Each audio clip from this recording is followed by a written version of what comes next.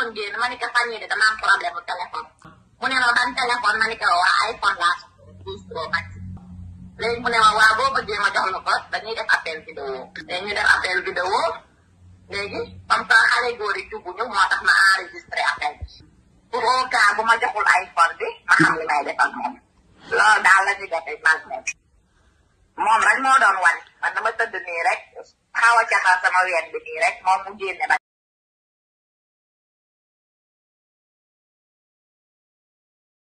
musidɓe tedduɓe heeɗiɓe rendaɓe gurdam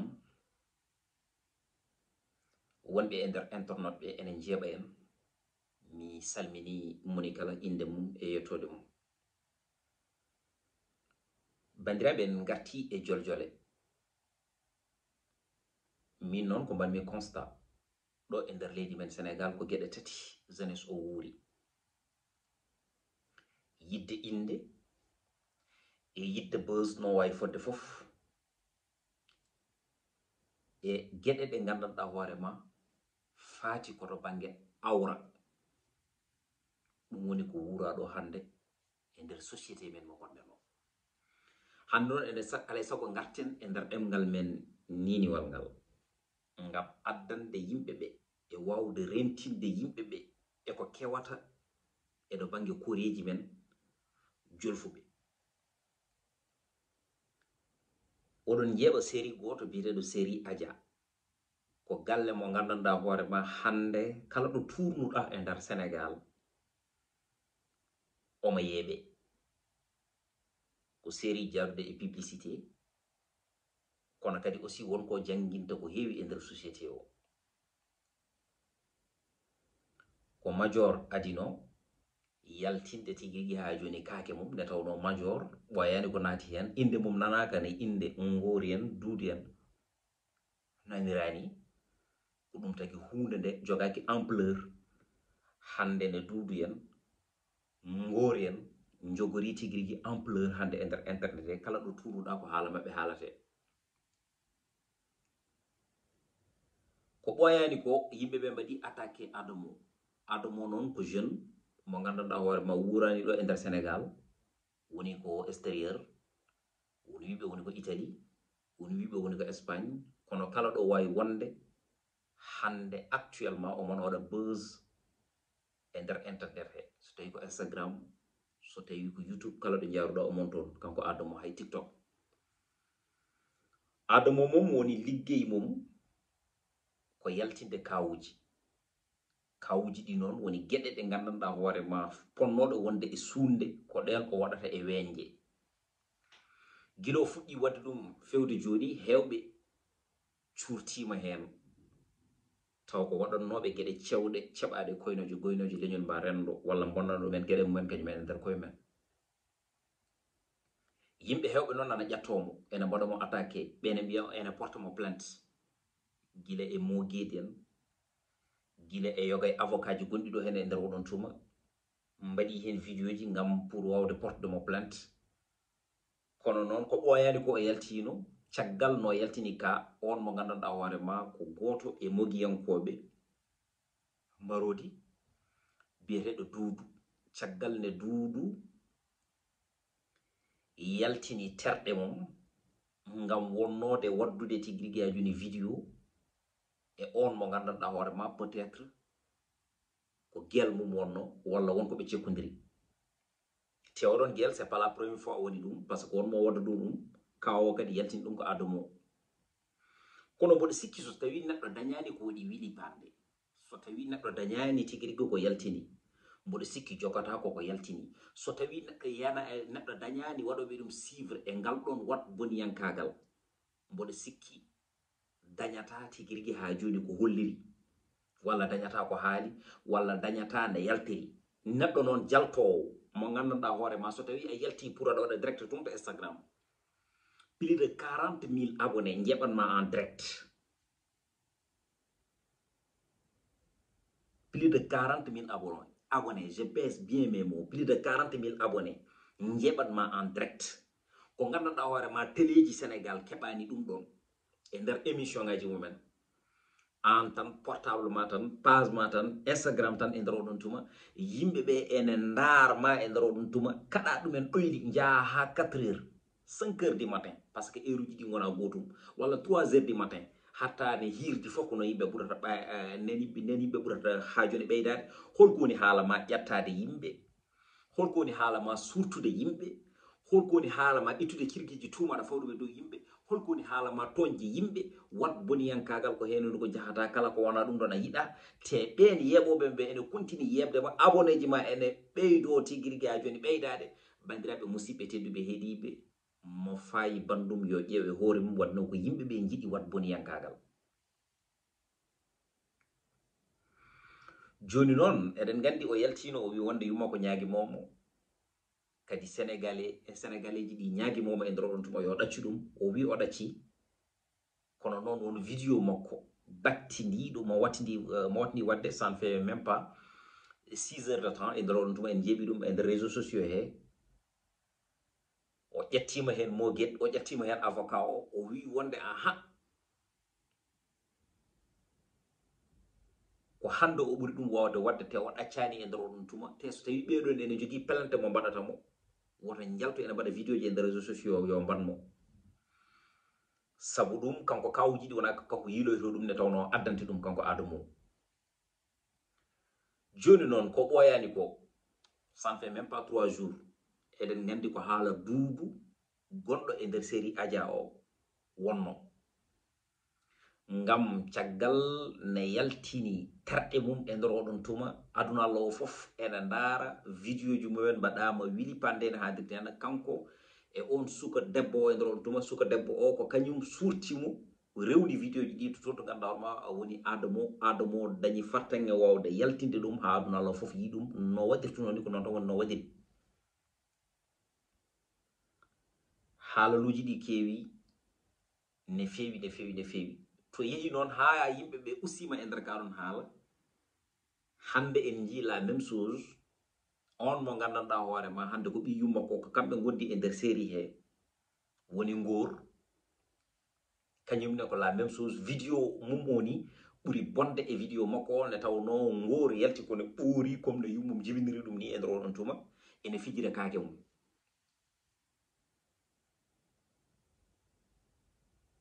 on vidéo noon holno yaltiri Adamo wi addanama ka o gaddanɗo ɗum o suuɗaki wi wonde ko kañum e Ngor jaltittuno Ngor noon ɓooyi hunanademo ene rokka mo iPhone 12 rokkani mo iPhone 12 caggal ɗum ɗon fof ko hunantomo iPhone 12 ko e nder oɗon tuma eɓe mbadda appel aji vidéo e nder ɗiɗon appel aji vidéo suka debbo wi kañum fijirta ko endu mum yaltinani terɗe mum kono Ngor portoto ha laaɓa ene fijira terɗe mum yalti vidéo ji ɗi jiyama jonon suka debbo wi ko penowo ko ɓoyno haalande ɗum ko o waɗani ko ɗum waɗi noon kañum suuɗaki e kuɗel mogginaki tigirigui ha joni e leggel ko ɗum waɗi ɗum e yaltinde oɗon vidéo ha aduna Allah fof yiya ɗum mankude pinal noon ɗo banggue debbo o e mankude tigirigui e ha joni raɓɓide miijo ko ɗon fuɗɗi ne tawno publide photo neɗɗo image neɗɗo tan ko interdit haala ko noon jaltina vidéo mbaɗa ɗum wili pande dottoɗa ko de mbiya wonde ko an teyi waɗi ɗum ko mankede pinal eɗen kewno wiide noon ko worɓe ɓe goni ɓe ngala yurmede e rewɓe ɓe ko kañum men keewi surtude ɗumen kono ɗo noon rewɓe ɓe e koye men ene poti yaltude mbaɗa révolté ene poti yaltude tigirigui mbaɗa attaqué oɗo debbo baɗɗo tigirigui ko woni ko ne tawno holɗo suturo woni sinno wonano sutura wonko horma ko heewi ko gandanɗa hoorema ko sutura tagui ɗumen hormede kono so tawino tan aduna o ridoji ɗi fof gudditama e nder oɗon tuma wonmo kormotoɗa so tawi tigirigui joni aɗa jogui paɗe ma yaɓata dow mum ɓennaɗe wadde noon oɗon sutura ko Allah ɓuri en wawde wejje laabi 120 wawde weynude en laabi 120 ne haadirni henna kono waɗata ɗum ɗon ɗum waɗi noon wona hande kala ko gandanɗa neɗɗo walla kala secret mo joganiɗa neɗɗo mbaɗa ɗum e bowal. bandiraɓe wonɗo neɗɗo tonnoto inde ma wonɗo yettoto wonde yimɓe ɓe mbaɗirtuma suivre hankanti a natti jeyde hoore ma an tan a natti jeyde hoore ma an tan alay sago ko ma ndenoɗa ndentoɗa wonde noon hebde buzz hande e renade rentade e nder oɗon tuma wona hunde wemde ɗum kom ko gonga kono noon kadi aussi wonko gandanɗa hoore ma wota jaɓat yiyede hen hay sino so tawi aɗa nane hen aduna hande o kam kala ko mbaɗɗa ma yi gittuɗo hirgiji tuuma fayi ɗum e dow ma walla ma yi neɗɗo mo ganduɗa hoore ma ala ko woni haaju mum e hammu mum so wona fergiddema ha mbawa tigui yande natta wonde ko gonnoɗa ko walla ñiñoje ndewa ma walla colla e rewe ma ne haalitineɗo kono noon neɗɗo wonko gonata tan wonde yimɓeɓe jiranma tan wonde teddirta e jeesi yimɓeɓe tan aɗa foti wiide ɗum ɗo hayso mboɗo maaya mi yiyatake ɗum hayso mboɗo maaya mi nanatake ɗum hayso mboɗo maaya mi waɗata ɗum woni gueɗe cewɗe ceɓaɗe goynoje ɗe hande imagine toi oɗo duudu e oɗo ngor durant plus de 1 an walla 1 an et demi walla 2 ans ferme série maɓe ajamoɓe mbaɗata o koɓe pindintuno yimɓe hen ko e koɓe kirjintuno yimɓe hen ko e ko taganno yimɓeɓe wadde ɓe suivre ha mbaɗiɓe hen fan o e nder oɗon tuma soɓe jokki ɗum wadde beele ko oɗon crédibilité ɓe keɓata ha joni walla ala hunde nde gasata ha laaɓa car walla ala oɗon buzz usoto sabu ɗum won yitere nde yimɓeɓe dardata ɓe gaga ko jiida e koɓe jouata ko ne tawno ko kamɓe gaddani ɗum koye mabɓe ne tawno ko kamɓe cuufti ko fonno suurade sa andi noon an a wawa wasde wadde yoga e gueɗe hay sinno aɗa waɗa ɗum waɗɗum e sunde mbasa wadde ɗum e weñje te ɗiɗo téléphone aji kala mo renaki hen appel aji vidéo kala appel vidéo garɗo ƴetta hay sinno so tawi a waɗani hay batte logiciel aji ene ngoodi ne tawno en jii e nder TikTok he application aji ɗi gandanɗa hoorema tigui so tawi wonde ka mayronoɗo neɗɗo aɗa yiɗi neɗɗo o dilla sa waɗi oɗon application neɗɗo o dillat wonay mañmañuji guite walla wonay mosde sa yiɗi neɗɗo mawɗo autorité e nder oɗon tuma ama application sa waɗi ɗum installé e nder oɗon wonde mbaɗirta neɗɗo amat par ce que en tolnima e jamanu mo gandanɗa hoorema ko jamanu audiovisuel ko jamanu mo ganduɗa audiovisuel woni nande nde e yiide nde ko jamanu mo ganduɗa ko jamanu karalleje kese dow dowruɗe jaɗɗe e jamanu ɗum waɗi noon kala ka alana hen kumpa no kala ka alana hen humpito wonanima kumpa kala ko wonanma kumpa alay sago ma ndenoɗa bandira tagimi noon wadde oɗo vidéo ko yidde rentinde nalankoɓe men ɓe jogiɗen gila e bange mogiyankoɓe ɓe gila ɗo bange mogiyankoɓe ɓe haye ɗo bange yimiyankoɓe ɓe haye ɗo bange haaliyankoɓe ɓe yoɓe gandu ko reɓata ko fayi koye huɗo ko te kala nde naati e nder huɗo he bonnat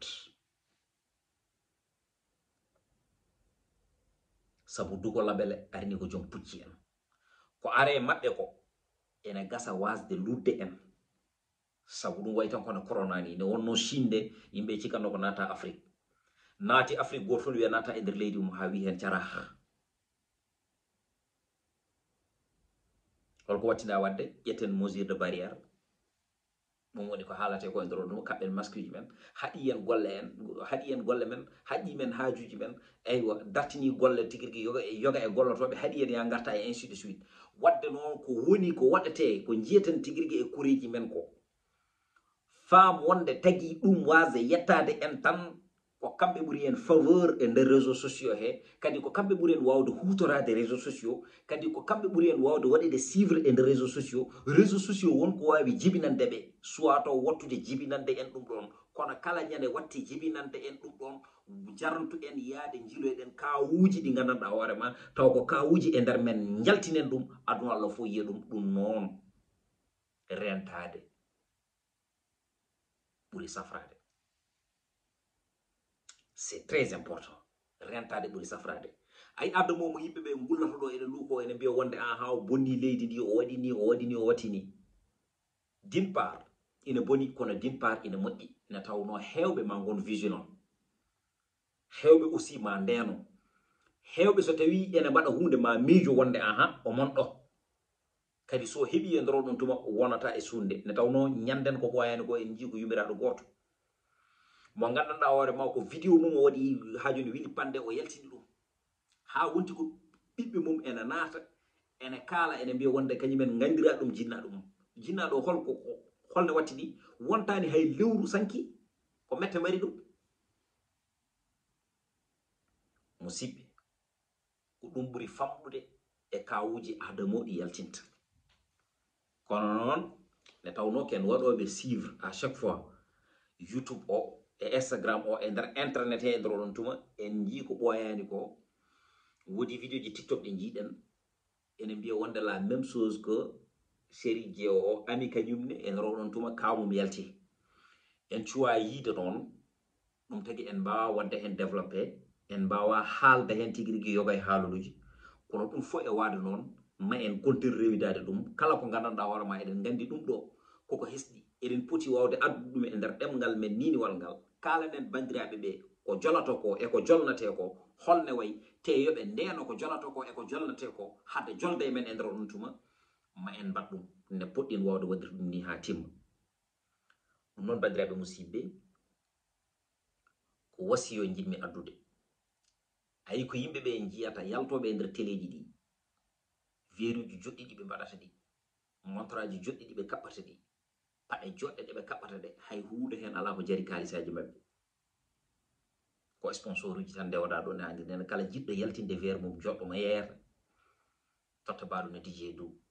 jiɗɗo yaltinde montor mum joɗɗo mo yeeyata totta baɗo no DJ Dou jiɗɗo yaltinde comcol mum jongol ngol yeeyata en yiɗi jara totta baɗo no DJ Dou ene gasa tawi DJ Dou ɓornima goɗɗo yi tan ma yiiɗo ko way noon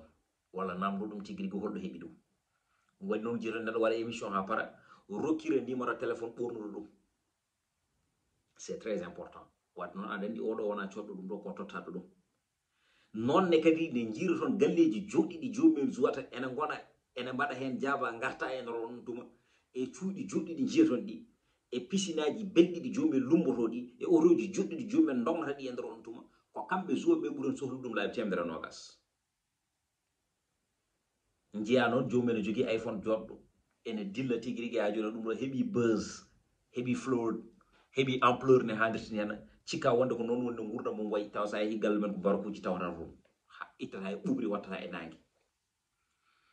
an debbo namdiɗo iPhone o ko kanko ɓuurma sohlude iPhone so heeɓi so tawi a namdima iPhone o a rokkama ɗum ala coggu crédit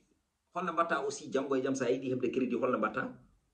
a ñagoto nde ñagoriɗa ɗum ni aɗa wawi heɓde hen penale ɓurɗe ɗeɗon tigui rigui ha joni musde joni noon so tawi wonko cekkodirɗa e on la même chose so tawi heeɓe mum ko gandanɗa hoorema ko secret fonno wonde hakkude mon jaaha mbaɗa ɗum wiɗi pande ƴeew debbo ne namda nde wi wonde mi yaltinani ɓandam jaltinan momi tigui rigui ha joni ko endu o wi ko cusla guenne gennewuma sama e awra cusla guenne hana cusdo awra non ko hunde hamnide mettude jalnide e nder société men ene e nder koye men wiyeteɓe hande ko leydi ndi ganduɗa hoorema ɓuuri hewde hen ko wiyoɓe wa ashhadu an la ilaha illallah wa ashhadu anna muhammad rasulullah ɗum noon bandiraɓe musidɓe en kannat ɗo tan vidéo fuɗɗima judde ko wiide bandiraɓe ɓe mbaɗ partagé ɓe mbaɗ abonné ɓe mbaɗa like ɓe ɗacca hen commentaire uji mabɓe ne tawno doole lingu ko ndiyam kono doole pullo ko pulagu enen fulɓe surtout nalankoɓe ɓe eɗen parwi ndenoɗen woto cikken wonde ko kewata toon ko kewata to men ga henna kala ñande kewiɗe men ga henna noon paamen wonde ma en ngappede ɗi men piccet ne tawno cikkaten wonde ko kamɓe tan nguuri bonande nde no ala enen ko sutoro nguurɗen kono noon wonko ɓuri ɗum ɗon bonde nana waɗa ɗum e ndar men ga hen yo Allah ɓeyden en sutura ko ɗum o ñagotoɗen guiɗo mon sehil mon DJ Du rewnoɗo haaltidde mon gonwole e golwole e tawno ko ɗum wiidere nde sifori